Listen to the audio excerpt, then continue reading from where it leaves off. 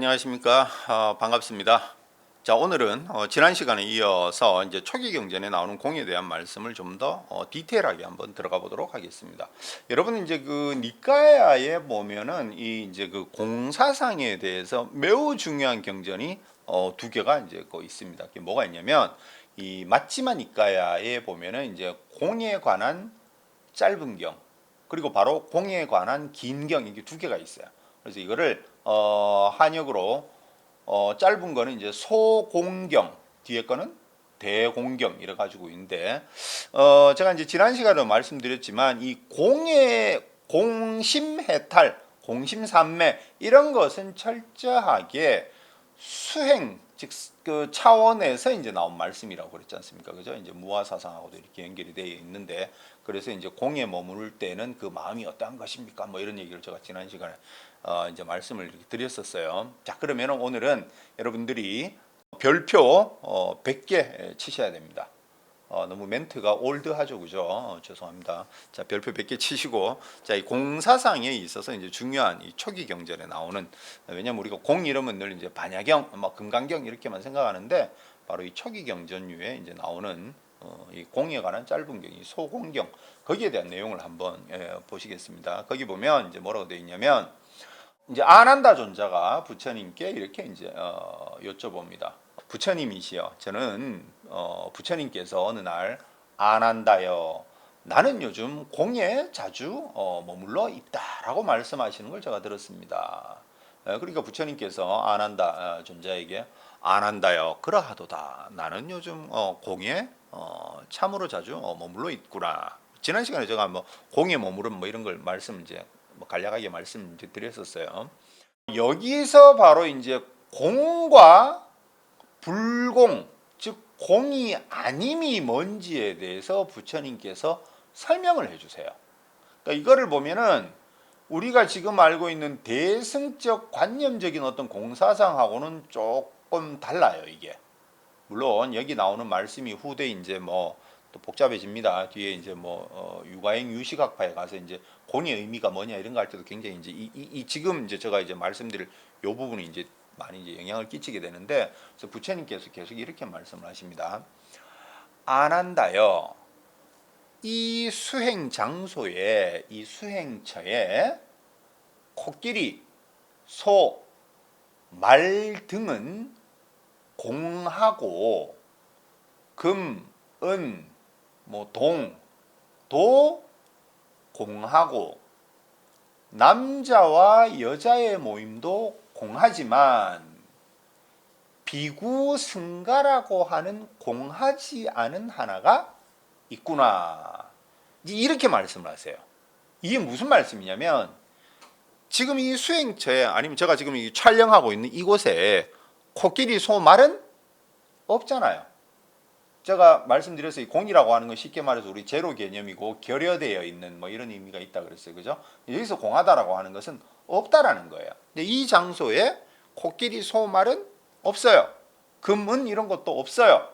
있는 것이라고는 오직 이 수행처니까 비구라고 하는 비구 집단은 공하지 않게 존재한다라는 겁니다. 그러니까 즉 이 장소에서 비구는 불공이고 나머지 소, 말 이거는 공이다, 이제 이렇게 말씀을 하시는 겁니다. 이게 무슨 어렵지 않은 간단한 지극히 당연한 말입니까? 이럴 수도 있겠지만, 이 경전 이게 처음 보면 이게 무슨 말씀인지 잘 이해가 안 됩니다. 이게 어쨌거나 공에 대한 말씀을 지금 부처님께서 초기 경전에서 이렇게 이제 하시는 겁니다. 그래서 이러한 있는 것은 있는 것이고 없는 것은 없는 것이다, 이것을 명확하게 명철하게 바라보는 것, 이것이 전도되지 않은, 즉 잘못되지 않은 인식이다라고 이제 부처님께서 말씀을 이제 하시는 겁니다. 이렇게. 자, 그러면서 이제 여기서 이제 또 중요한 말이 이제 어떤 말씀이 나오시냐면, 점진적으로 이 범위를 넓혀가면서 그러면 이 공이라고 하는 생각에 기반해서 우리가 번뇌를 어떻게 없앨 것인가에 대한 말씀이 여기서 계속 이제 나오시는 겁니다. 그리고 이제 부처님께서는 뭐라 그러시냐면, 이와 같이 안 한다요. 비구는, 즉 수행자는 마을이라고 하는 상을, 즉 생각을 만들어내지 않고 사람이라는 생각을 만들어내지 않고 또한 숲이라고 하는 생각에 기반해서 청정한 마음을 가지고 확립하고 확신을 가진다. 이제 이렇게 말씀하세요. 그리고 또 이제 계속해서 그래서 그는 그 수행자는 마을이라는 생각에 기반해서 생기는 여러 번뇌가 없고 사람이라는 생각의 조건에서 생긴 번뇌가 없다. 하지만 오직 하나의 번뇌가 그에게 있다. 그것은 숲이라는 생각에서 기반된 하나이다. 여러분 무슨 뜻인지 아시겠어요? 간단한 건데 자 한번 보세요. 아까 전에 제가 뭐라 그랬어요? 수행처에는 비구는 있는데 코끼리, 소, 말, 금운동 이런 건 없다 그랬죠. 그죠?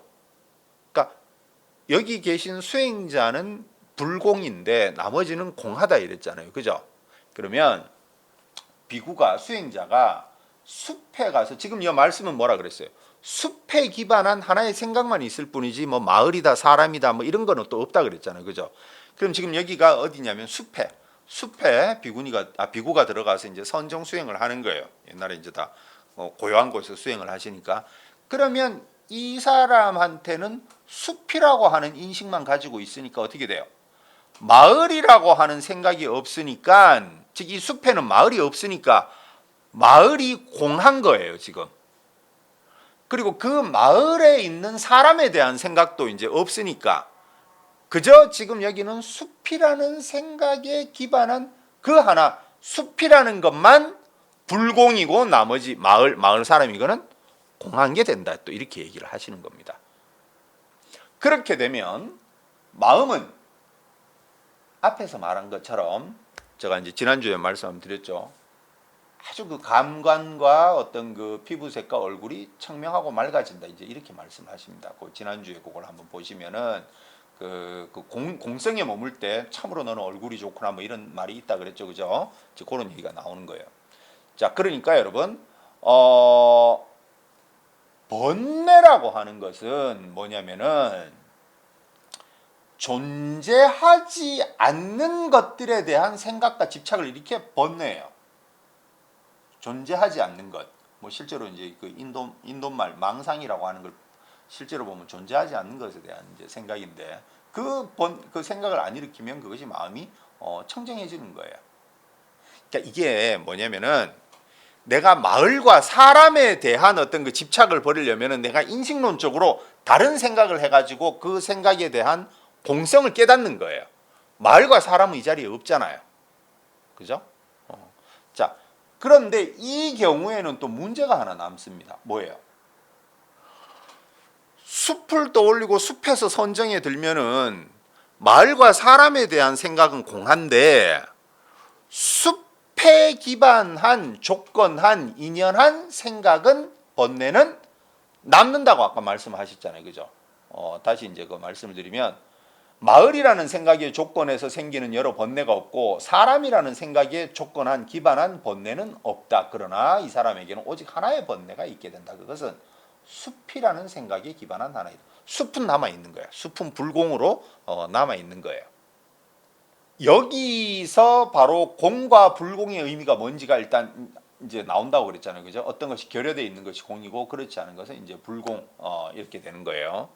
그러니까 우리가 공을 갖다가 굉장히 그 대승불교적으로 굉장히 뭐 부처님도 공이고 열반도 공이고 너도 공이고 나도 공이고 물론 뭐 틀린 말씀 아니지만 그렇게만 너무 이렇게 거대하게 추상적으로만 관념적으로만 공을 봐서는 이제 안 된다는 거예요.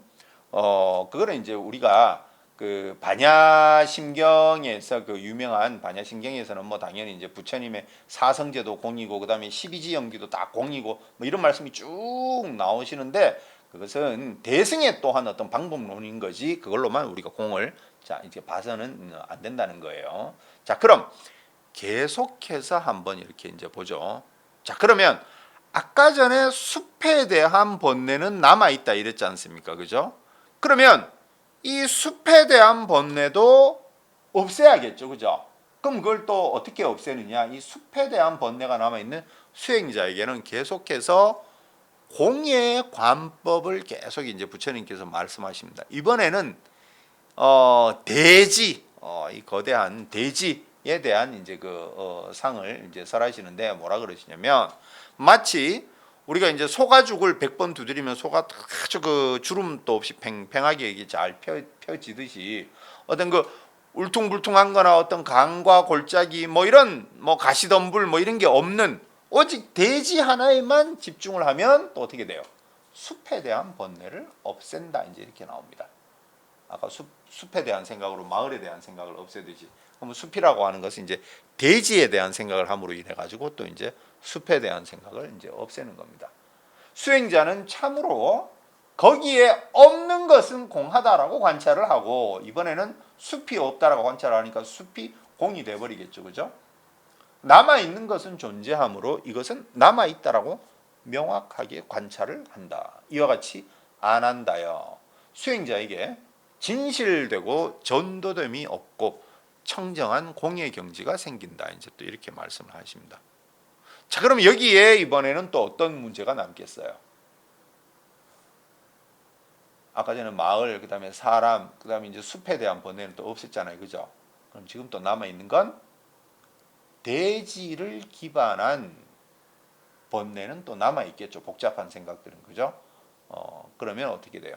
그 생각을 없애기 위해서 이번에는 어디로 들어가냐면 바로 허공과 같이 끝이 없는 어떤 그 장소에 대한 생각을 허공 무변처를 생각을 해서 남아 있는 또 이제 대지에 대한 생각을 또 이제 없애는 겁니다. 그러면 이 공무변처에 대한 것이 또 남아 있어 가지고 여기에 대한 번뇌가 또 생길 거 아닙니까, 그죠? 그러면은 이것을 없애기 위해 우리가 이제 많이 들어본 공무변처 다음에 이제 뭐가 나와요? 우리의 인식이 끝이 없다는 식무변처를 집중을 하게 되는 겁니다. 그 다음에 이제 이 식무변처로 인해 가지고 그 앞단계가 다 사라졌다면 식무변처에 대한 것을 기반으로 하는 번뇌가 또 이제 있게 되니까 이번에는 어떻게 돼요? 무소유처가 되겠죠, 그죠? 그래서 무소유처를 집중을 해서 그 앞에 것을 또 이제 없애게 되는 겁니다. 그리고 이 무소유처에서 발생하는 번뇌를 없애기 위해서 상도 아니고 상이 아님도 아님이라고 하는 비상 비비상처라고 하는 것에 집중을 하고, 그러면 또 그 앞에 게 또 이제 사라지잖아요, 그죠? 아까 우리가 이 수행처에 아까 스님은 계시지만 뭐 금은이 없고 코끼리 말이 없듯이 이제 그런 식으로 해서 하나하나씩 계속 번뇌의 어떤 그 근거가 되는 걸 계속해서 이제 지금 제거하는 걸 지금 보고 있잖아요, 그죠? 자, 그렇게 해서 비상 비비상처에 이제 또 집중하고 그에 따른 번뇌를 또 없애기 위해서 바로 아무런 그 표상 상이 없는 무상심삼매에 도달하게 된다. 이제 이렇게 말씀을 하십니다. 그러니까 지금 요 단계가 다 뭐예요? 철저하게 이 공하다, 공하지 않다, 공과 불공이라고 하는 걸 통해 가지고 이것은 수행 삼매에서 나오는 거라는 걸 계속 말씀을 하시는 거죠, 그죠? 우리가 그때 인식론적으로 해서 여기는 마을이 있는데 마을이 없고 그 다음에 그걸 없애기 위해 가졌던 생각. 근데 이 생각 자체도 또 번뇌를 불러일으키니까 그 다음 단계를 또 없애고 또 그럼 이걸 없애기 위해 사용한 어떤 또 근거되는 생각이 있으니까 그것을 또 공이라고 바라봐서 또 없애고 이렇게 단계적으로 이제 들어가는 겁니다.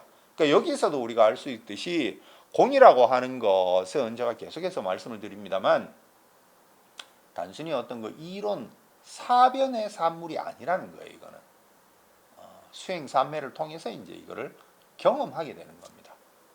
근데 여러분 경험만큼 확실한 게 없겠죠, 그죠? 그래서 불교의 힘은 바로 거기에 있는 거예요. 머리로서만 이게 얘기해가지고 아이고 참 아름다운 이거 뭐 이론이네 이런 게 이제 아닌 거예요. 자, 그러면 그리고 나서 이제 그 다음 단계가 바로 이제 어떤 게 되냐면 이제 다 이렇게 없앴잖아요. 이걸 없애고 계속 없앴어.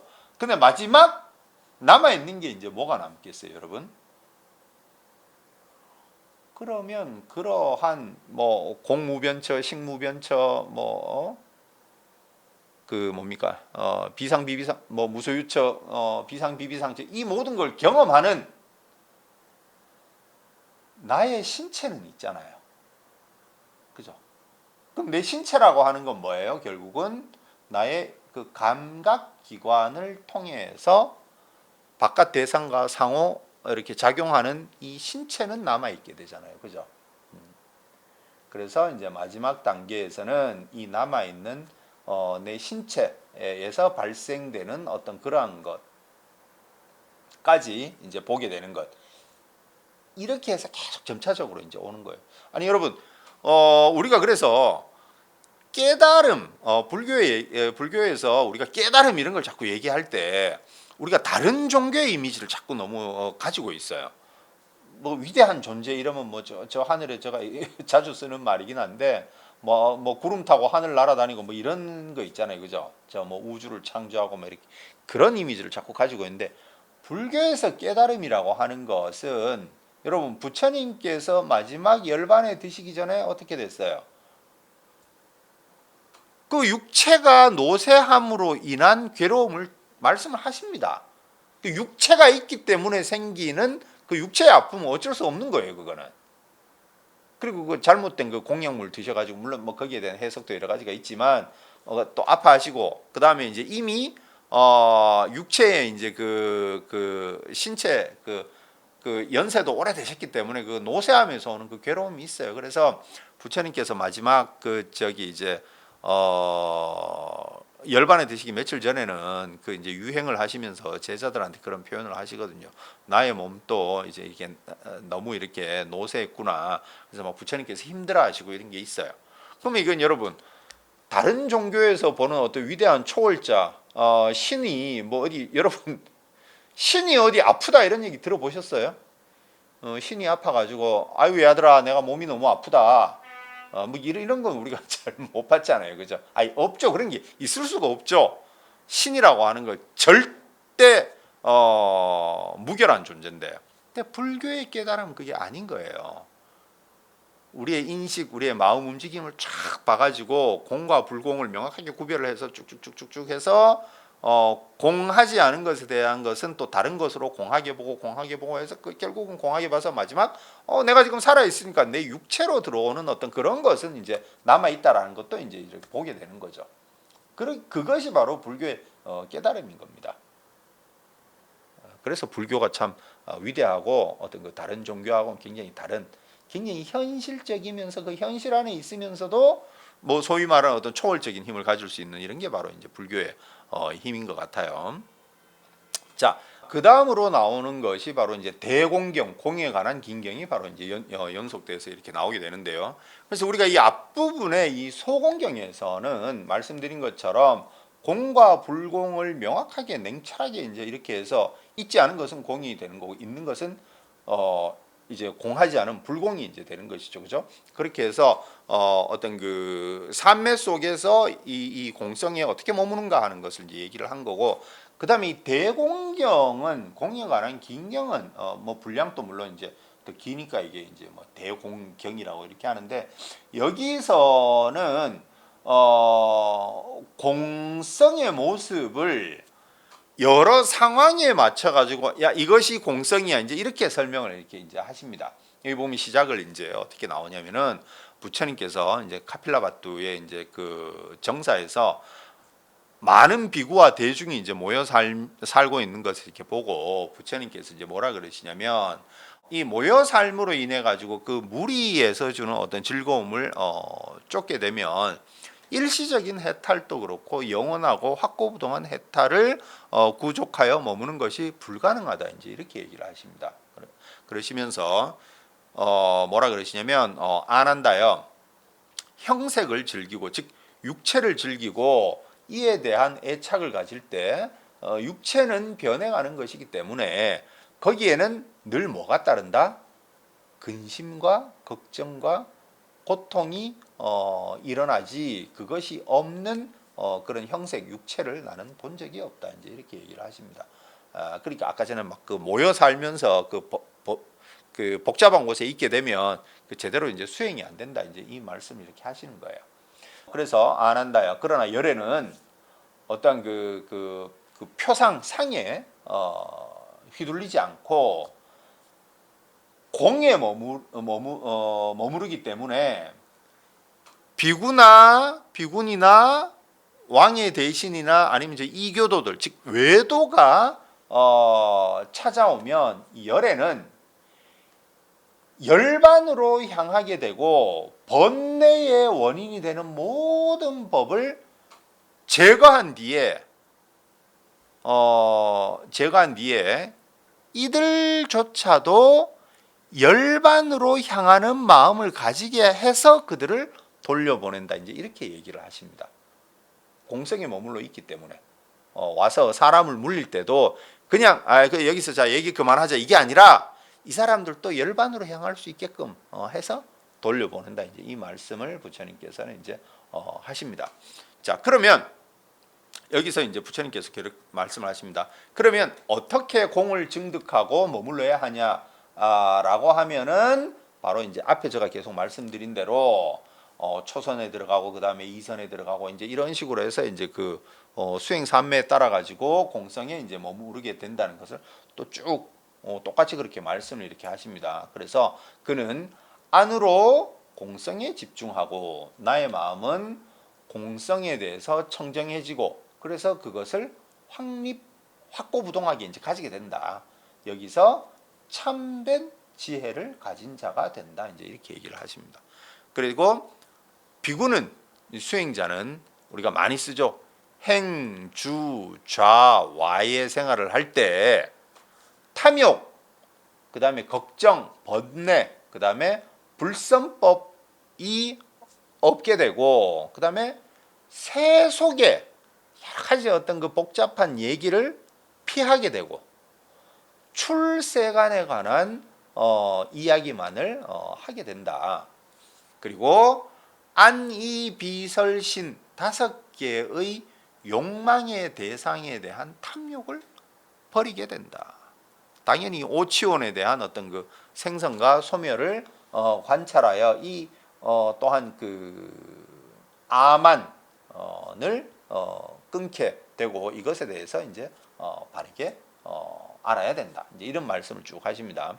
근데 여기서 이제 또 부처님께서 재미있는 이렇게 말씀을 하시는데 이것이 다 뭐냐면 공성에 머무는 모습을 얘기를 하시는 거예요. 부처님께서 이 대공경에서는 여기 또 이제 이런 말씀을 하세요. 이제 수행자가 한적한 곳에서 수행을 하고 있을 때 바라문이나 이제 장자가 이렇게 찾아오면 이 수행이 좀 덜 된 수행자는 어떻게 되냐면은 미혹에 빠지게 되고 감각적 욕망을 일으키고 탐욕의 노예가 된다. 이는 윤회를 일으키고 고민을 주고 괴로움을 주고 결국 그를 무너뜨리게 된다. 이제 이렇게 얘기를 하십니다. 그래서 제자가 이를 본받으면 또한 그렇게 되고 그래서 부처님 법으로 청정 범행을 닦다가 이렇게 타락하게 되면 그는 다른 그 어떤 수행자들보다 더 괴롭고 큰 과보를 얻어서 더 무서운 악처에 떨어지게 된다. 이제 이렇게 얘기를 하십니다. 그 왜 그럴까요, 여러분? 왜냐하면 다른 가르침, 다른 어떤 그 외도들의 가르침이라고 하는 것은 깊이가 깊지가 않아요. 조금밖에 몰라요. 그 비유를 하자면 어떻게 비유가 되어 있냐면 바로 그 당나귀 등에 올라갔다가 떨어지는 거하고 같은 거예요. 그런데 부처님 법을 깊게 배우게 되면 어떻게 됩니까? 이거는 코끼리 등에 올라타서 이 도시 전체를 바라볼 수 있는 굉장히 높은 그 단계까지 이제 올라가게 되는 거예요. 그러니까 이 우주의 진리나 이게 아주 그 심오한 진리를 갖다가 이렇게 보게 됐는데 이렇게 타락하게 되면 그 코끼리 등에서 떨어지는 것과 같은 거게 같다라는 게 되는 거예요. 그래서 다른 이들보다 더 큰 악처에 이제 떨어지게 된다. 이제 이렇게 설명을 하십니다. 그래서 부처님께서는 또 이제 요 대공경 마지막에 보면 또 뭐라고 하시냐면은 나는 도자기를 만드는 그 도기공이 아직 덜 마른 도자기를 다루듯이 제자들을 조심스럽게 다루지 않는다 이렇게 얘기를 하세요. 아직 덜 말랐으니까 막 이렇게 굉장히 소중하게 이렇게 다루고 이러잖아요, 그죠? 부처님께서는 그게 아니고 안 한다요. 거듭해서 나는 제자들의 결점을 없앨 수 있도록 할 것이니 이게 조심스럽게 다룬다고 될 일이 아니라는 거죠, 그죠? 고칠 거 명확하게 고치게 이렇게 결점을 부처님께서는 바로잡아 주신다는 겁니다. 그렇게 나는 너희들을 제자들을 지도를 한다. 이제 이런 말씀이 계속 이렇게 나오는 겁니다. 그러니까 이 지금까지 제가 말씀드린 대로 이 초기 경전에 나오는 이 소공경이나 그 다음에 나오는 이제 대공경에 나오는 공의 말씀들. 소공경은 어떤 그 삼매로 인해서 공성의 공성이라고 하는 것을 어떻게 삼매에 결합시키는가 하는 것이 소공경이 나왔고, 대공경은 공성의 어떤 식으로 이제 어떤 모습이 바로 이제 공성에 머무는 모습이냐라는 걸 이제 그 대공경에서 이제 얘기를 하시는 건데, 여기서 보면은 우리가 흔히 가지고 있는 공에 대한 그런 이미지들이 있지 않습니까, 그죠? 우리가 대승경전에서 많이 알고 있는 이제 그런 이미지들하고는 상당히 좀 다른 이미지가 여기서는 이제 나오게 됩니다. 철저하게 세속을 떠나서 홀로 엄격한 수행 생활을 하는 중에 나타나는 것으로서 굉장히 실천적이고 체험적 성격이 강하다는 것을 우리가 이 초기 경전에 나타나는 공에 대한 말씀을 통해서 우리가 알 수가 있게 됩니다. 요것이 이제 초기 경전을 기반으로 한 이제 공의 말씀이 되는 것이고요. 그 다음에 요거는 이제 또 제가 다음에 또 말씀을 드리겠습니다만, 우리가 이제 이 초기 경전, 이 초기 불교 시대가 지나고 나면 부처님의 제자들이 여러 이제 학파로 나눠지게 된다 그랬잖아요, 그죠? 왜냐하면 이 위대한 교주 스승이 사라지고 나서는 이것이 이제 불교가 여러 지역으로, 인도 안에서도 여러 지역으로 퍼지게 되고, 그러다 보니까 부처님 말씀을 정리하는 가운데에서 해석에 대한 다른 이견이 생길 수밖에 없는 거예요. 이거는 모든 사상이 그렇겠지만, 그러면 이 요때를 이제 부파불교라 그런다 그랬죠, 그렇죠? 여러 가지 이제 부파로 갈라지니까. 그럼 이 부파에서는 과연 또 공을 어떻게 설명하는가? 그리고 나서 그러한 해석에 다른 생각을 가지면서 또 대승불교의 공에 대한 해석이 바로 제가 늘 자주 말씀드리는 반야 심경, 반야경에 나타나는 이제 공에 대한 또 이해가 되는 것입니다. 자, 오늘은 또 여기까지 일단 말씀을 드리고, 다음 시간에는 제가 금방 말씀드린 대로 그런 어떤 부파불교나 또 대승 쪽에 가서 이제 공이 어떻게 해설이 되는가에 대해서 말씀을 드리도록 하겠습니다. 오늘 또 들어주셔서 감사합니다.